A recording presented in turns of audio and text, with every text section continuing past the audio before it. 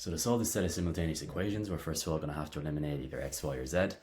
I'm going to try and eliminate x here because we've got a plus x, and then above it we've got a minus 2x. So what we can do is just move up equation 2 and then move equation 3, but just double it. So multiplying it by 2.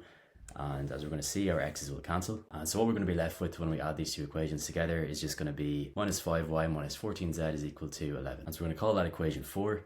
And then our next thing is going to be to eliminate x from another set of equations. And so what I'm going to do is just move equation 1 down and then also move equation 3, but just multiply it by minus 3. And that's to turn this x into a minus 3 this time. And so this is what we get when we multiply equation 3 by minus 3. And just be careful with your signs as well, because there's a few kind of double negatives in there. But our x's are going to cancel. We're going to get 11y plus 25z is going to be equal to minus 1. And so the next thing I'm going to try and do is eliminate y in equations 4 and 5.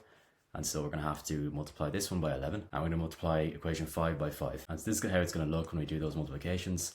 And I realize the numbers are getting quite large here, but our goal here is just simply to cancel the y's. So that's the reason we did those multiplications, to get minus 55 plus 55y. And so what we're going to get is we're going to get minus 29z is equal to 116.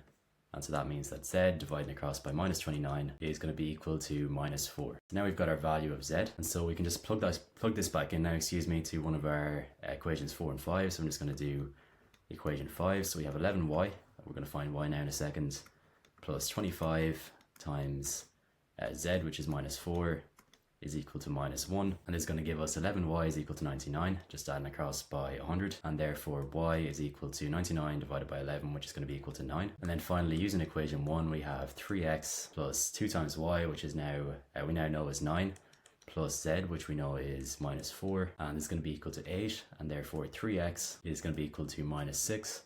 And I know I'm kind of skipping a few steps here, but hopefully if you follow it through, you're going to see that this is what we get, and then x is going to be equal to minus 2. That's our final value for this set of simultaneous equations.